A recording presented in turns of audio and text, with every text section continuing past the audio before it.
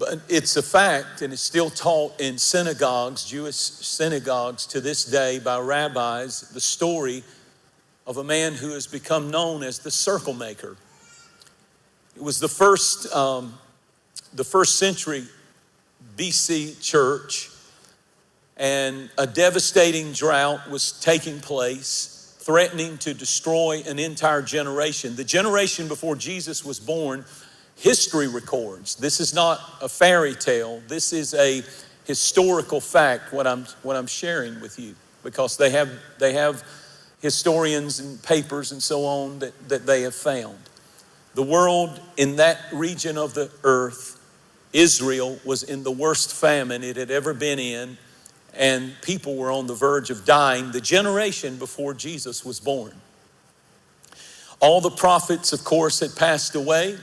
There's this dark ages, as it's called in history, between the Old Testament and the New Testament. There's no word from God. There's no voice from the prophets. There's no one there. The only one that was left was an old sage by the name of Honi. His name was Honi. And he lived outside the gates or the walls of Jerusalem, and he had a relationship with God. He was known as a man of powerful prayer. And in desperation, the leaders of the nation went to this man, Honi. He's a figure in Jewish history that is celebrated to this day. And they asked him, would he please pray, because they realized it was in such a dire situation now that their families were going to die if they didn't get water within a matter of days. And you don't really understand that unless you go to the Middle East, and particularly you go to Israel, and you understand it's a desert, wilderness land, and water, particularly then, not as much now because of amazing inventions, but water then was life. If you could not get water, and the only bit of water they had was the Sea of Galilee that water feeds into, and if there's no water and there's a famine, then people are going to die. And it was that critical. So they go to this old sage, and he says, yes, I will pray to the God of Abraham, Isaac, and Jacob for rain. And this is a historical fact. He took his staff, it's about 6 feet long, and he put it in the sand, and he began to turn like a math compass. He began to turn 30 degrees, 60 degrees, 90 degrees, 180 degrees, all the way around. A complete circle he made and drew in the sand with the tip of that staff. He drew a circle. He dropped to his knees and he threw up his hands. And as the hundreds and thousands of people began to gather around, and he's in the middle of that circle, he says these words with his hands raised with great authority. I swear before your great name that I will not move from this circle until you have shown mercy, O God, upon your children. The word sent a shudder down the spine of all of the people who were watching.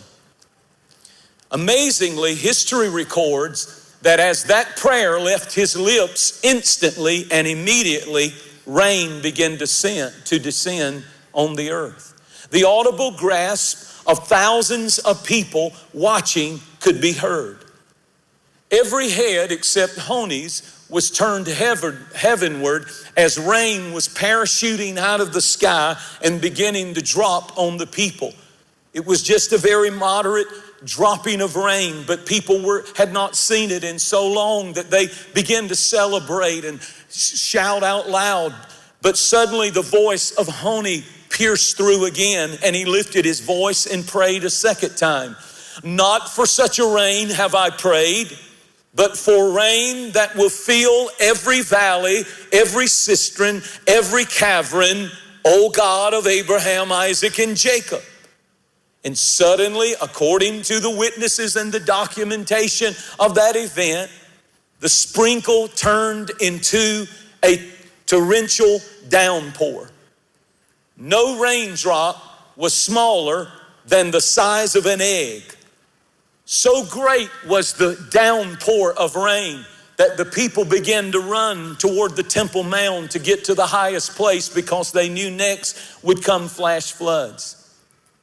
But once again, Honi lifted his voice, still in the circle that he had made, and he prayed one last time. Not for such a rain have I prayed, but for the rain of your favor, blessing, and graciousness. And just like someone turned the faucet down from a 10 to a 4 or a 5, the rain evened off, and suddenly it was just a beautiful downpour that went for days. The earth soaked the water up, and a generation was saved because one man drew a prayer circle. He became known as the circle maker, and he said, God, I'm not leaving this circle until you spare my family, you spare my nation, and you spare my generation.